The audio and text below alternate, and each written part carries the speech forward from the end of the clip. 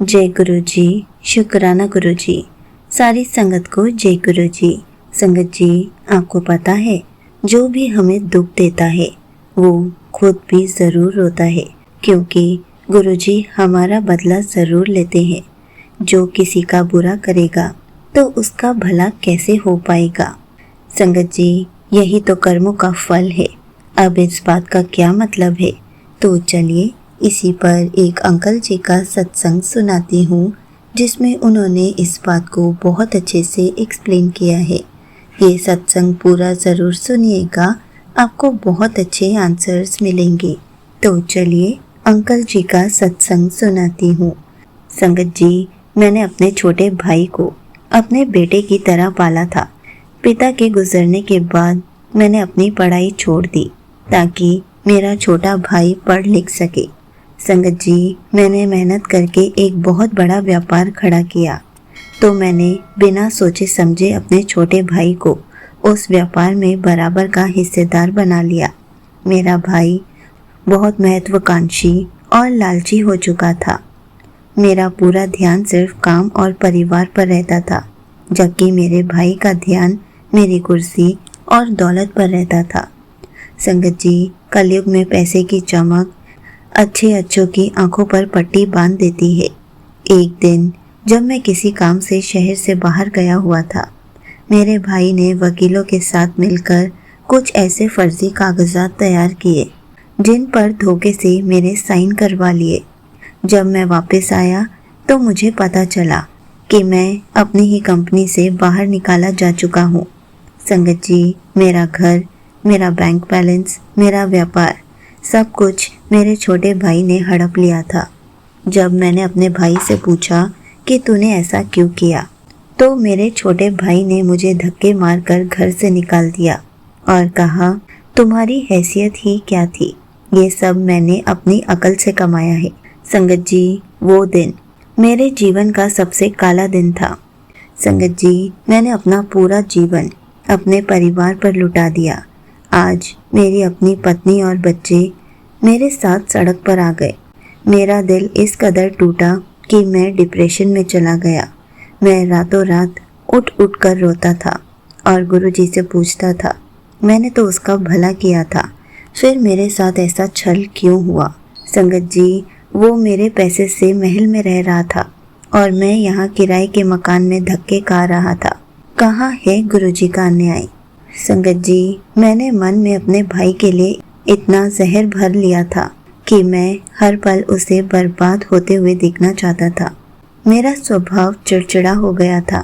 एक दिन पत्नी आंटी ने मुझे रोते हुए देखा और उन्होंने कहा, तुम कब तक इस आग में जलते रहोगे। जिसने बुरा किया है उसका हिसाब गुरुजी करेंगे।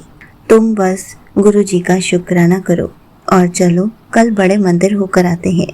संगत जी, मैं तो गुरुजी से पूरी तरह रूठ चुका था, लेकिन बहुत बेमन से अपनी पत्नी के साथ बड़े मंदिर गया था।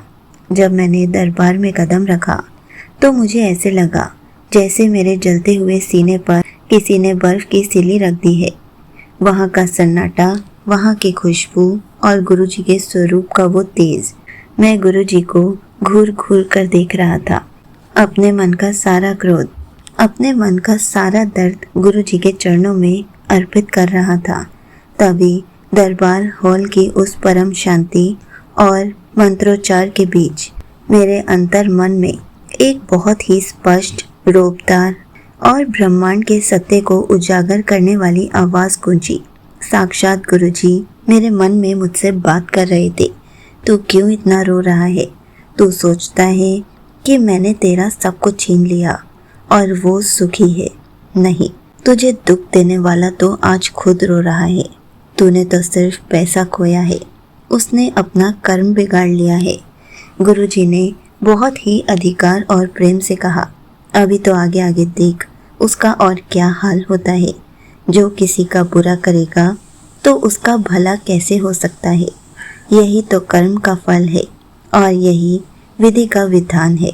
तू अपने मन से बदला लेने की आग निकाल दे। आज से ये हिसाब मेरा है, तेरी टेंशन मेरी है।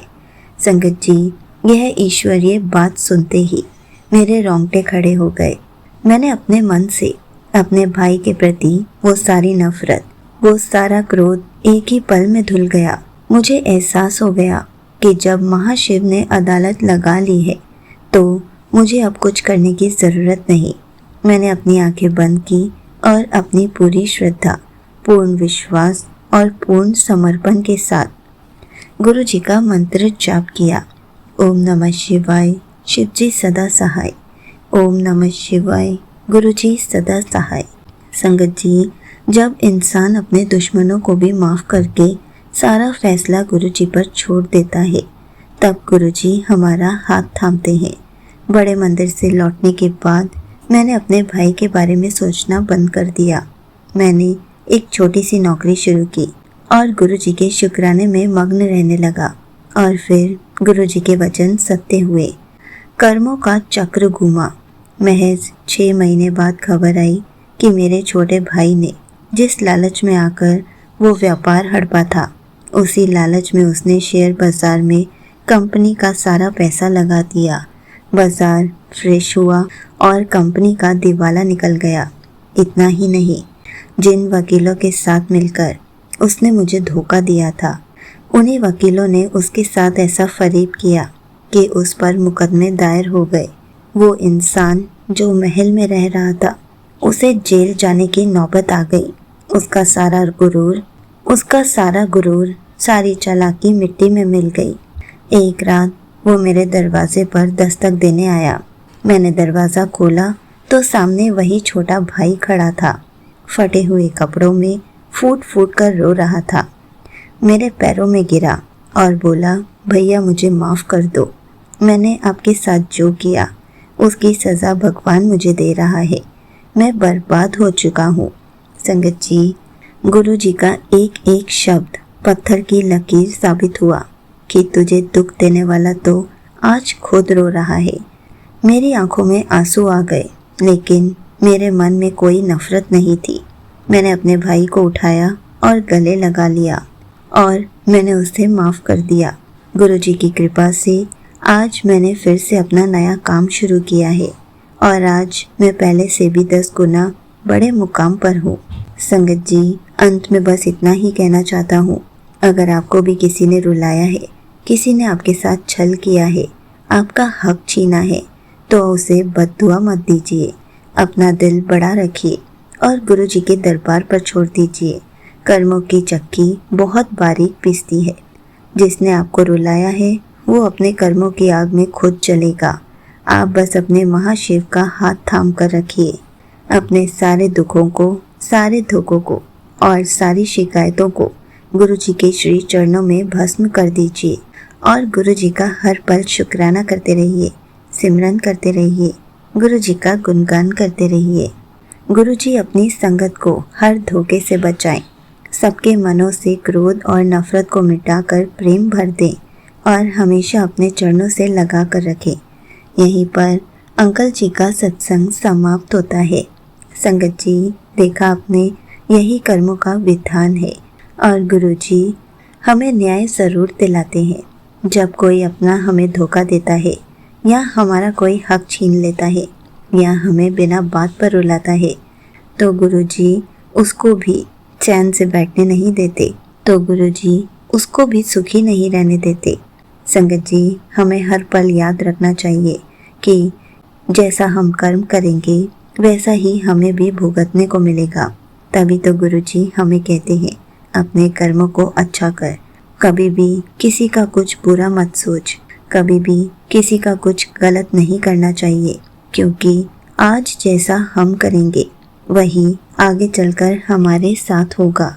यही तो कर्मों का फल है। जो किसी का बुरा करेगा उसका भी भला कैसे हो पाएगा। इसलिए हर पल बदला लेने की बजाय क्षमा कर दीजिए और पूर्ण विश्वास से गुरु जी का हाथ थाम लीजिए। सब कुछ गुरु जी पर छोड़ दीजिए, बाकी सब गुरु जी खुद देख लेंगे। आप बस गुरु जी का सिमरन कीजिए, शुक्राना कीजिए, गुरु जी के साथ अपना कनेक्शन स्ट्रॉन्ग कीजिए। जय गुरु जी, शुक्राना गुरु जी।